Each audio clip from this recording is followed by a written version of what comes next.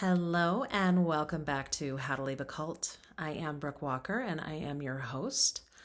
This episode is brought to you by 100 Years of Bliss, which is a corporate coaching company that believes that you should be living each day to your definition of bliss and what that means to you. They help you define that as well as help integrate the habits to cultivate it through their coaching. So today's episode, we're going to talk about spiritual practices that were taught and that I began to learn at a very young age. Just kind of to snap back to our last couple episodes. Last episode, we talked more about healing techniques.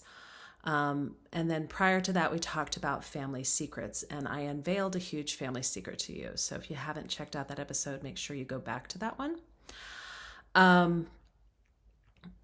And as well as going into how family relationships were redefined, and being that we were expected to take everybody in, and everybody who was in the church was considered some part of family. So today we're going to talk about the spiritual practices that began to be taught. So I've given you guys a little bit of a insight into what the school was like. I want to give you an insight into the spiritual practices that we were expected to be a part of on a regular basis. So kind of like our version of going to church, although it wasn't necessarily a physical building. So going to church with us was a couple different things. For example, there was the trances, and I thought I would kind of give you a definition and explanation of what a trance was and what that was like. There was what was called the process. The process was the meetings that the adults and children, as they became a certain age, would be a part of. And then there was something that I haven't even mentioned, which was called bhajans. And I would be surprised if many people are familiar with that. It is a Hindu practice that we also had as a part of tradition that we did. Then that was all indoctrinated by the school that we attended, which was a church private school at the time. So let's dive in. So let's talk about the first one that I kind of brought up today. We're going to talk about what a trance is and what a trance was. So Trina Camp was what was called a trance medium. Her and her sister were both trance mediums, and it's believed that runs in families. It's some other names would be a channel. So a trance medium is channeling a spirit, which means that there is somebody from the other side or from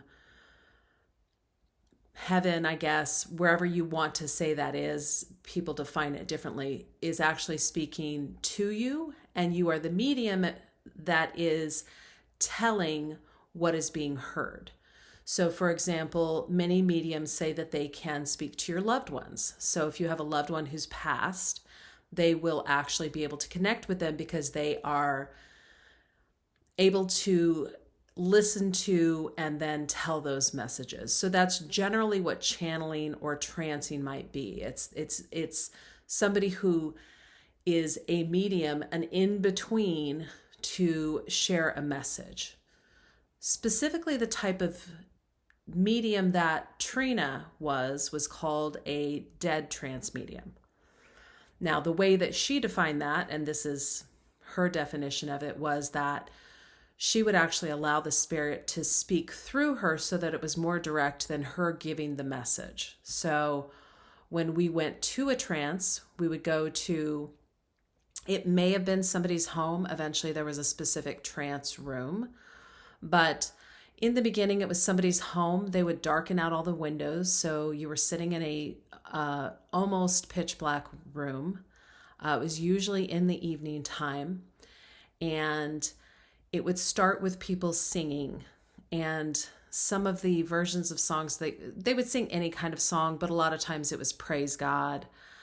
Sometimes it was hallelujah. Sometimes it was a Beatles song. So the type of singing kind of varied. And the purpose of the singing was, as I was told, to raise the energy of the room.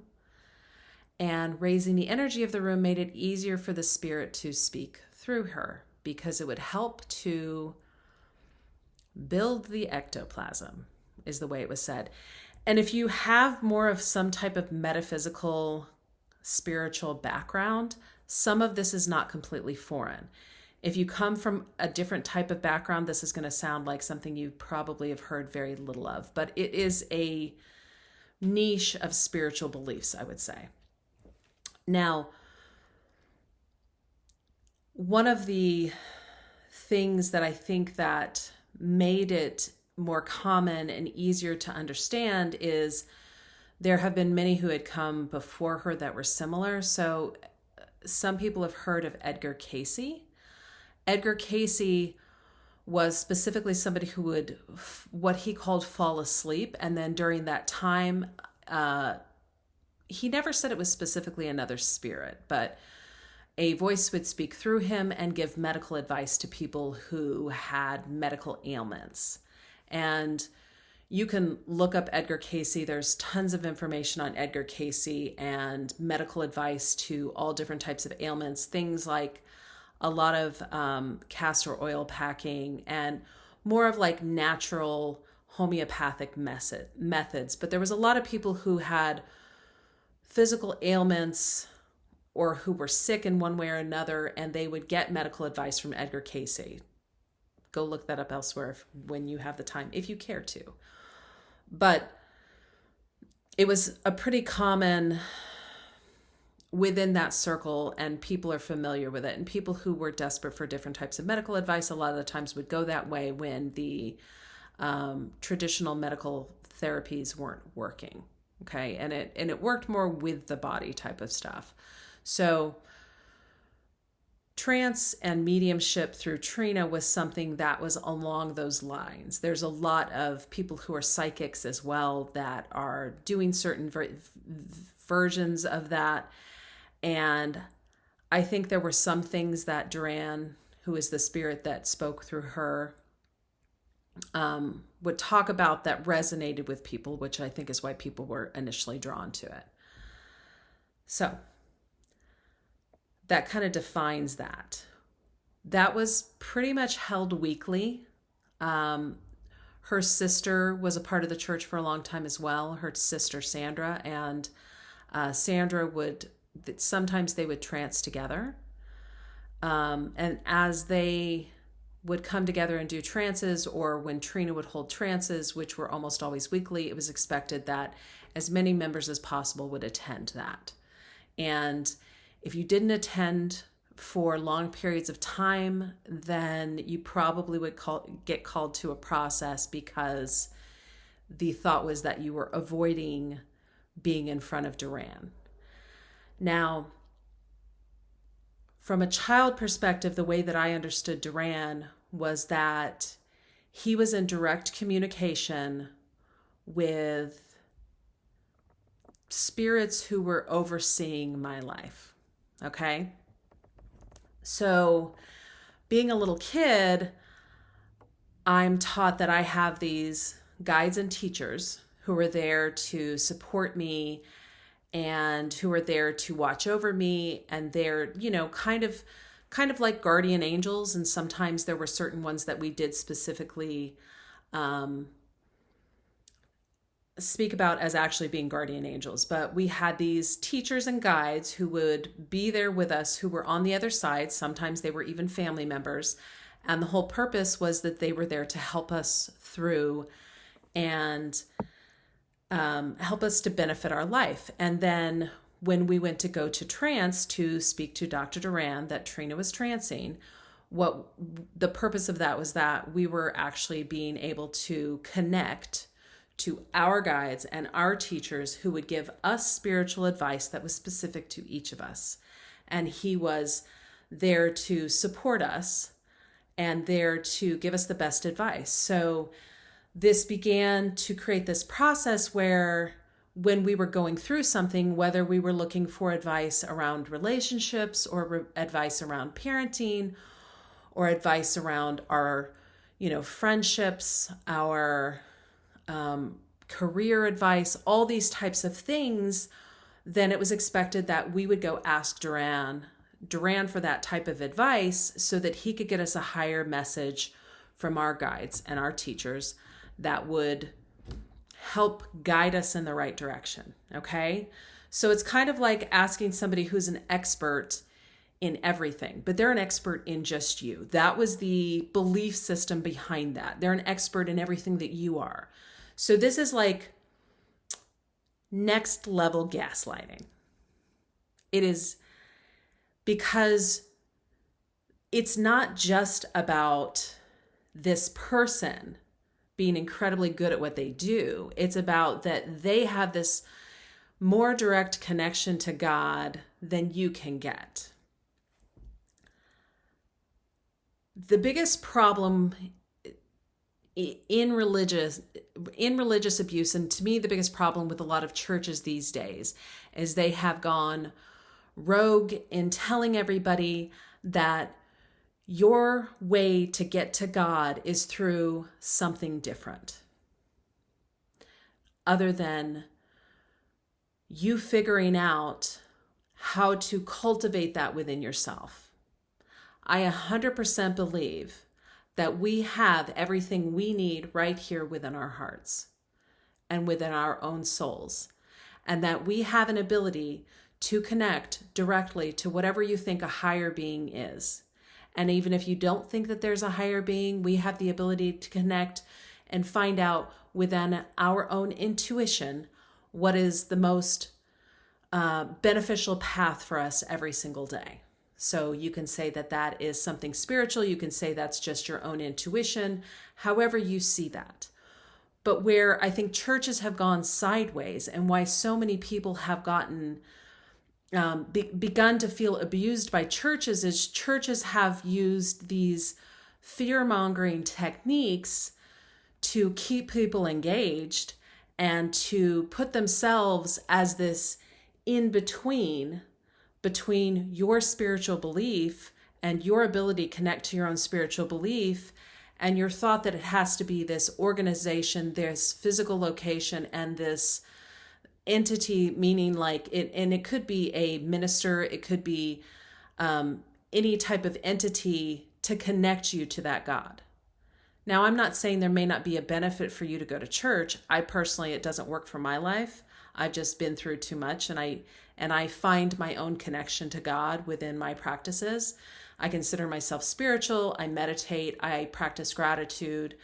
I connect, in a lot of different ways that have helped me feel grounded in what I feel. And I practice and test these things on a regular basis to make sure that they still resonate with me. But this idea that a church puts itself between you and God, or whatever your version of God is, has, in my opinion, driven people even farther from churches. So that was what trance was. So people would go and ask questions about all these different things, and Duran would respond in all different kinds of ways. Sometimes he was very corrective and angry. Other times he was very humorous. Other times, all the things in between. And it was always that he was giving us messages from our guides and teachers. The interesting thing is I recently listened to an old trance because I have some recordings, and I was pretty surprised by how unmoving it was. Because at one time I thought that it was very special, but listening to it recently, I was like, I've probably gotten better advice from just about anybody in my life. And I think that that's because partially it turned so sour at some point. Maybe it was always like that, but it definitely turned that way. Okay. So that was one of the spiritual practices. Another spiritual practice, which I've kind of gone into slightly, is called the process. And the process was these meetings where adults and then eventually children were brought in as they were old enough to sit and talk about things that needed to be kind of processed out, hashed out. So these often were meetings. Sometimes they oftentimes went on for hours. There was rarely a process that was less than an hour. And they would be in all different types of subject. How people got along with each other because there were so many people living with each other. How relationships, so sometimes they were relationship based.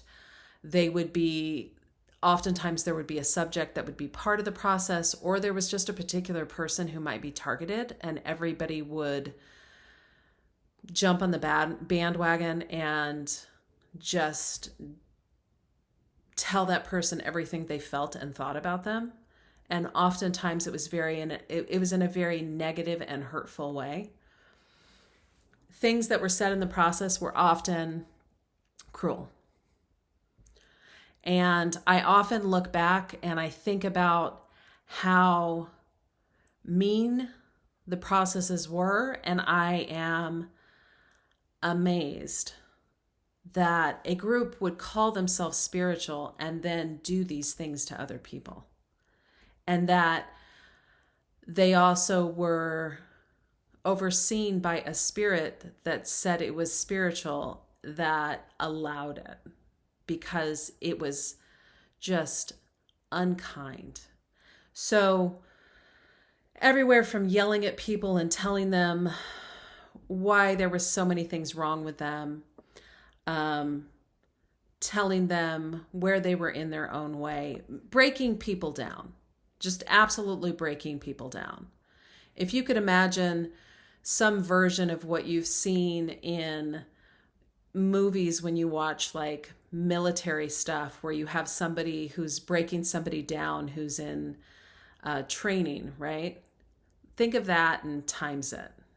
And that was kind of the type of stuff that happened in the process. And then there would be decisions that would be made about people's lives on what they should do.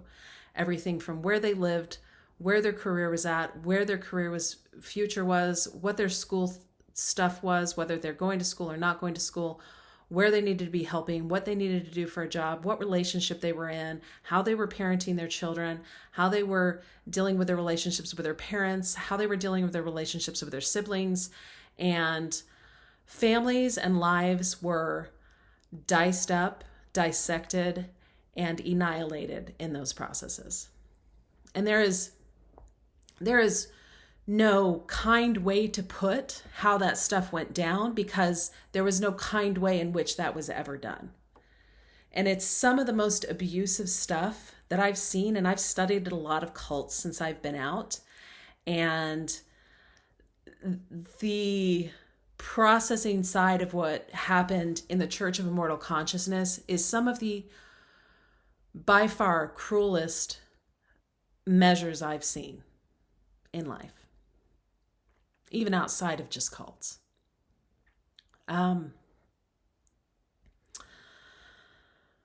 Another practice we had, and this one almost makes me laugh because it makes me it makes me uncomfortable to think about that, because it's just so bizarre, is bhajans. And spelling that is Bhajans. And you're only probably familiar with this if you have some type of Indian or Hindu background. And the reason for that is because Trina's sister, Sandra, had a falling out at one point, but then as they began to heal that relationship, Sandra began to get back into the church and came back. And so along with them trancing together, Sandra also was a Hindu devotee, which means she often went to India. She would go to a place where there was there was a man who was named Satya Sai Baba. And he was a guru in that faith. And so you could actually go visit him. He would do things from everything from like manifestations to blessings and stuff like that. It would probably be similar to going to see the Pope. And so that was her faith system. So when Sandra came back into the church, and this is a very common thing that happens if you look at religious history, they kind of brought the faiths together and then we all practiced all of it together. So if you look at most religions brought multiple faiths together for political gain. Okay? Not to give everybody a history lesson today, but if you think that there's any reason that in Christian faiths that we celebrate things like Christmas trees and Santa Claus and Jesus Christ, the reason all that came together is because that's what they did to bring all these different faiths together who practice different stuff. Same thing with Easter. If you look at Easter, the reason that it is a cross of different faiths and religions that were brought together. So the easiest way to explain it is it was a similar type of thing. Trina had these beliefs, Sandra had these beliefs. They kind of brought them together, and so we practiced all of it, which means bhajans was something that we would practice pretty much every week. And that is where everyone would get together and we would sing bhajans, which are these songs that were based on Hindu religion songs. And so they were led and then we all followed in singing them together. So that was something else we used to have to come to at a very young age. And we all had to sit, and we were always yelled at to sit up straight because I used to do this as a little kid. And there was a couple of people in the front and who would lead it, and then everybody else would follow in song. And that was something we did on a almost weekly basis. So in the school, which was a private school that later became a charter school, which we'll get into later, we were indoctrinated into all these beliefs. So we had math and reading and the basics and stuff like that, but then we also had religious studies. And religious studies were often taught by other people who came in, meaning people from the church who were not our regular teachers. And the people who were our regular teachers were people who were teachers outside of the church, but this had become their full-time thing. So they had to be supported by other members of the church who were working in other ways. So this is one of the reasons that financially everybody was financially merged so that everybody could support all the people who were doing different jobs that didn't get paid. So having a private school was part of that. But then Trina would come in and do religious studies with us, as well as we would do something called I can't remember what it was called when we first started doing it. I know eventually they called it like What's Up. That was where we had to sit and express to each other. So that was them bringing in part of the process. Sometimes she would come in and do trances within the school, and she would transfer all the younger people and all the children. So there was children trances as well, sometimes when it wasn't appropriate for us to go to adult trances, because sometimes there were subjects that were brought up that we shouldn't be hearing. But I'll add, we were rarely protected from hearing much of anything. So from the age of 12 was the age of responsibility. So pretty much the age of 12 is when you were expected old enough to take on any adult stuff. And I don't think there was many things that we were protected from after that. The age of 12 is when we were old enough to have full responsibility in cleaning, in babysitting, and, we were, and oftentimes working. So we may actually have jobs or tasks we were expected to do at that age. So I remember, during summers, other kids are going and doing stuff, but by the time I was 12, I was already would be expected 5 days a week to go clean Marlo's house. Marlo was a minister. She's Trina's daughter. So Marlo was married to Steve and they had a couple kids. So I would have to go over and clean every day or babysit. So that was my job. And while they went and processed people, or I don't know, Marla never had an actual job. So I assume that's what she was doing rather than watching her own children and cleaning her own house. So, but age 12 was the age of responsibility, which means you were expected to do things as everybody else was. And the other thing that we began to be taught in the school was the spiritual hierarchy. You know, there was a real authority system and spiritual hierarchy about the way things went. So you were considered higher in a spiritual hierarchy depending on, obviously Trina's kids were at the top of the hierarchy. Trina and Stephen's children were at the top of the hierarchy because they had been raised in the spirit with Duran. So it was like, for them, all of this was just their being. Anybody who came in, we were already at a deficit because we hadn't learned it. It didn't matter what type of spiritual background any of us had. We were all always second and below all of them spiritually. So there was this ranking, and usually people who had spent more time in the church had a higher ranking based on their spirituality. And that was a really big deal because it pretty much designated the way you kind of interacted with other people. So being even a young child, when we were new to it, because it was all new to us, anything that any mistakes we made were based on lack of knowing and being, you know, having not been taught well enough about what the church teachings were and what Duran's teachings were. So all of a sudden we are, you know, as a child, it's like we are at a deficit because, you know, we're not living the way the teaching is. We're not doing things the way the teaching is. We're not speaking the way the teaching is.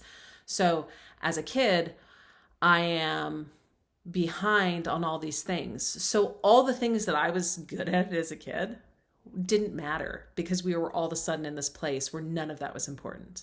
So the fact that I was a smart kid in school and the fact that I could spell well, all of that basically was unimportant, and it was completely unvalued.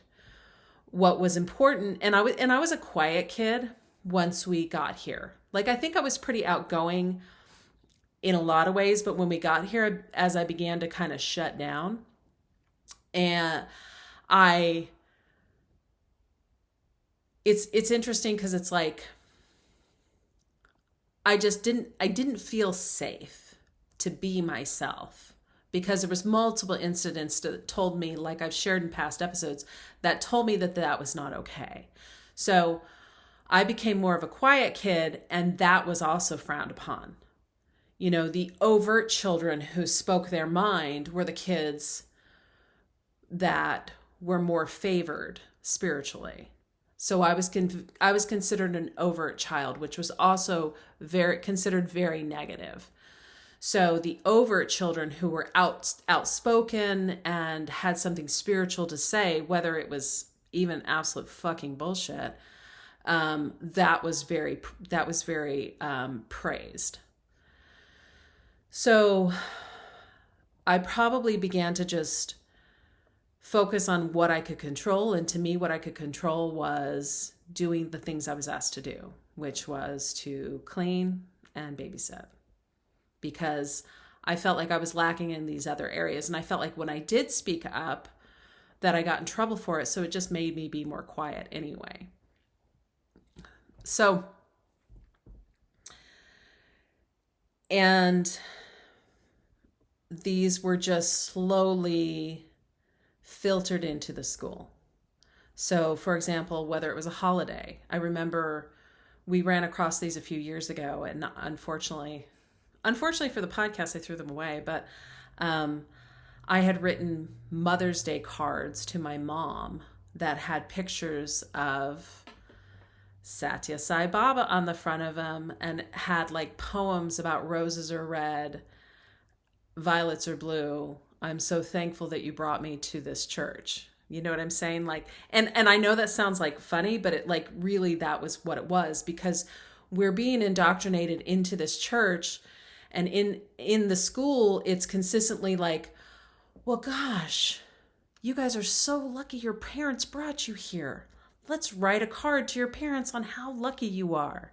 So that's what we did. We were writing these cards with pictures of Sathya Sai Baba, who I'm going to show you guys a picture of. If you guys are on YouTube, you'll be able to see this, but otherwise you're not going to. Maybe I'll share one on social media, but obviously if you're listening to the podcast, you can't see this. But he was an Indian man, and he had a big black afro, and obviously he was Indian, so he's very dark skinned. Well, there's more to that, but I'm going to share that later. So we're going to pin that. That'll be on another episode. But so we would have pictures of him that we would make like Mother's Day cards, or we would do different things to give to our parents.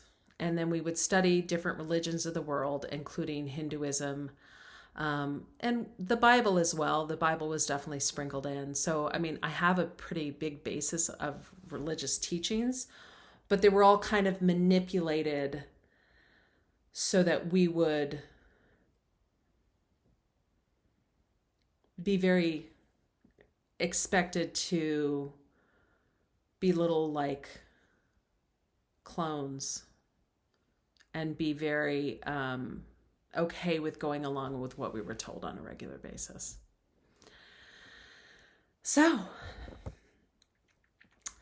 recap, I kind of gave you guys a idea of what trancing and going to trances were like, what the process was like, and what bhajans was like, and how we began to get indoctrinated into that in the school that we were in.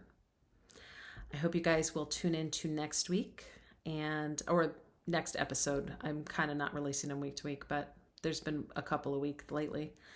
And then on top of that, I just want to always say, I would love it if you would subscribe to my channel or subscribe to my podcast. And I would love a great review or testimonial. I appreciate you guys here and look forward to seeing you next week. If you have questions, reach out to me on social media. I know a lot of this is, kind of in depth, but I am available to answer questions. I will answer them on the podcast because if you're thinking it, maybe somebody else is. So anyway, hope you have a wonderful day, and we'll see you next time with How to Leave a Cult. Bye-bye.